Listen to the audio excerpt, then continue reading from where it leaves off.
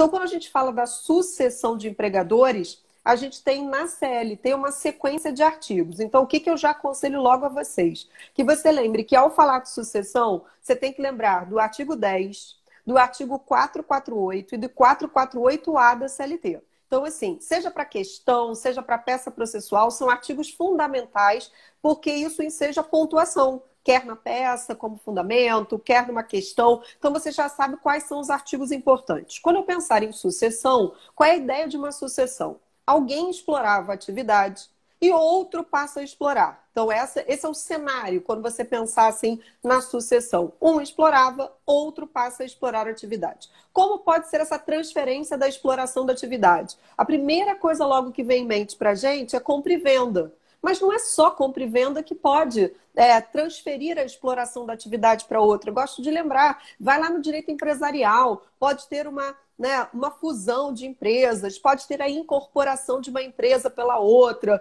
Então, fusão, incorporação, até cisão a gente pode ter e gerar sucessões trabalhistas. Acho sempre bacana comentar.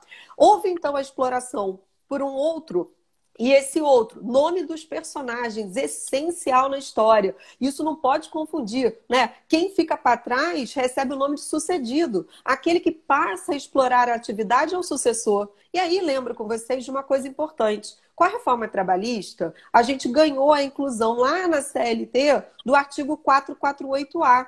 Então, assim, eu acho ele excelente para aparecer numa questão, porque você tem toda a fundamentação e você vai lembrar assim. Quando você tiver uma sucessão de empregadores, o 448A ele diz assim, ó, a responsabilidade é do sucessor. Então você vai gravar quem está explorando a atividade vai por ela responder. E o próprio 448A diz, quando ele assume como sucessor, ele leva a empresa para ele. Então ele pode inclusive responder, diz o 448A, por débitos trabalhistas anteriores à sucessão. A responsabilidade é do sucessor. Então, a princípio, caput do 448A, a responsabilidade é do sucessor e o sucedido fica isento. A não ser que, preste muita atenção, se narrar naquele caso que você está analisando, que ali houve uma fraude nessa transferência da exploração. Porque aí você vai usar o parágrafo único do 448A e o parágrafo único do 448A diz, aí aquele sucedido que não teria responsabilidade,